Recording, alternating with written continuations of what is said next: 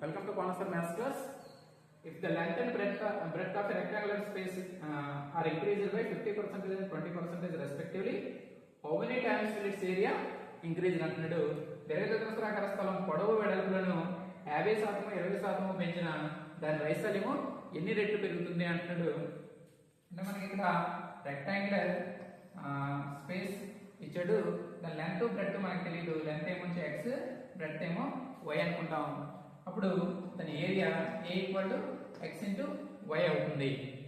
అదే న్యూ కొత్తగా పెంచినటువంటి పొడవు 50%, వెడల్పు ఏమో 20% పెంచారు కాబట్టి కొత్తగా పెంచిన లెంత్ ఏమవుతుందంటే 50% పెరిగింది కాబట్టి 150/100 × x అవుతుంది.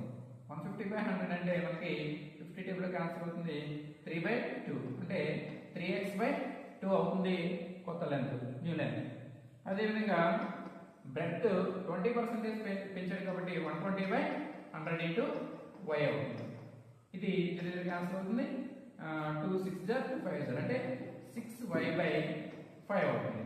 ఇప్పుడు new area equal to length into breadth కాబట్టి 3x/2 × 6y/5. 2 3s క్యాన్సిల్ అవుతుంది. 3 3s 9 9/5 × xy.